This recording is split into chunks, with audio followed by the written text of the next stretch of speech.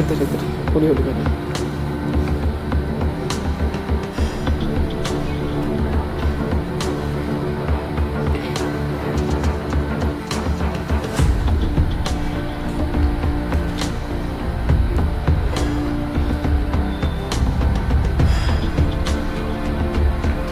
नाम है, कितना पढ़े हैं और क्या घोषणा की थी पंजाब सरकार ने पिछली बार घोषणा पत्र में, और आपको क्या जॉब मिली?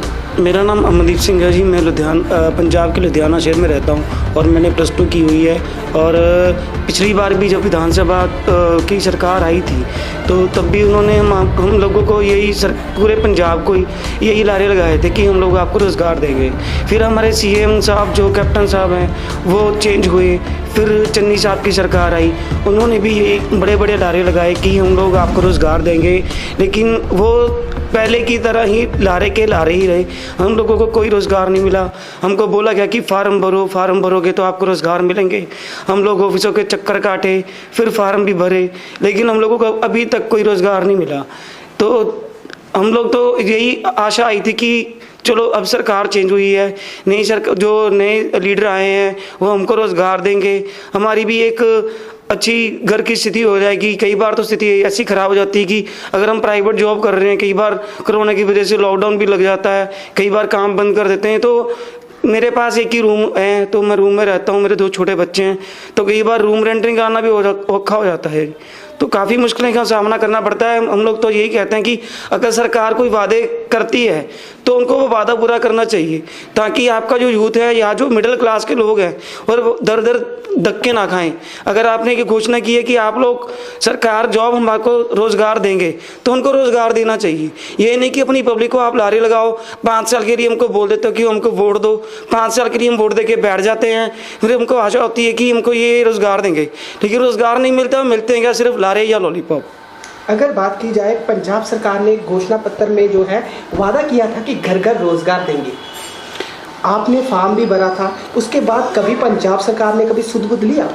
जी नहीं, हमने वो 5 साल उनका वो फार्म संभाल के भी रखा, वो फार्म भर के भी दिए, लेकिन कोई नोटिफिकेशन नहीं है, कोई किसी ने पूछा तक नहीं कि हाँ कि आपको किसी चीज़ की ज़रूरत है या आपको जॉब आपकी मिली कि नहीं मिली।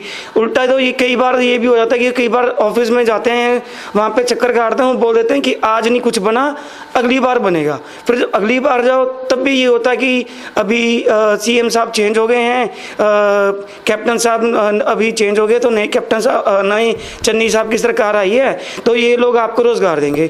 वही है, फिर से 3-4 महीने चक्कर काटते रहे, लेकिन फिर भी कभी किसी ने सार तक नहीं ली कि हाँ कि आपको कोई जॉब मिली है या आपकी घर की स्थिति कैसी है, घर के हालात कैसे हैं, घर में कौन कौन है और कैसा हो जाता है जब आपको रोज़गार नहीं मिलता। वादे करती हैं सरकारें और बाद में कुछ भी नहीं देती, 5 साल जो है आपको इंतजार करना पड़ता है। सर घर में ऐसे है ना कि कई बार घर में जैसे मेरी वाइफ है, 2 छोटे बच्चे हैं, तो पिछली बार भी जैसे सरकार ने जो अपने लारे लगाए थे कि हम लोग रोज़गार देंगे, कई बार स्थिति ऐसी हो जाती है कि पीछे जैसे लॉकडाउन लगा था तो तब भी मेरे पास कई बार तो रेंट निकालने के लिए पैसे नहीं थे। फिर मेरे फ्रेंड सर्कल ने मेरी थोड़ी हेल्प की, मेरे घर में राशन आया, मैंने अपना फिर रेंट दिया, फिर जहाँ पर मैं जॉब करता था उन्होंने मेरे को थोड़ी बहुत मेरी हेल्प की। ऐसे हेल्प कर करके कब तक हम किसी की हेल्प पर डिपेंड रहेंगे? हम लोग चाहते हैं कि हम लोग खुद कमाएं और खुद अपना जो गुजारा है वो कर सकें। लेकिन कब तक हम सरकारों के ऊपर डिपेंड रहेंगे? सरकार आती है, बदल जाती है, हर कोई नारे लगाता है कि आपको रोज़गार देंगे, लेकिन रोज़गार कोई क्यों नहीं देता? हम लोग वोट देते हैं तो हम लोगों को वोट का बेनिफिट भी मिलना चाहिए ना, कि हमारी सरकार सुन रही है। वो बोलते हैं ये आपकी सरकार है। आपकी सरकार कैसे हमारी सरकार है जब कोई हमारी सुन नहीं रहा, हमारी कोई सुरक्षा नहीं दे रहा? कैसे हमारी सरकार बन जाएगी? किस तरह के हालात रहे आपके? लॉकडाउन में आपने बताया लॉकडाउन भी लगा था और आपके पास रोज़गार भी नहीं था, फॉर्म जो ज़रूर सरकार ने भराया, किस तरह के हालात जो है आपके लिए पैदा हो गए थे? सर ऐसा था, मैं जो प्राइवेट जॉब कर रहा था, चलो वो लॉकडाउन की वजह से वो काम भी बंद हो गया। अब उन्होंने 1-2 महीने के लिए जितनी भी उन्होंने सैलरीज देनी थी, हाफ सैलरी वो दी, लेकिन जब सबका काम बंद हो जाएगा तो कोई कहाँ से सैलरी देगा? फिर भी कई बार जैसे मेरे फ्रेंड सर को पता चला कि ये थोड़ा टाइट है तो वो आए लोग, उन लोगों ने मेरे को राशन डाल के दिया। फिर एक हमारे भैया उन्होंने आके मेरी हेल्प की कि मैंने अपना रूम का रेंट पे किया।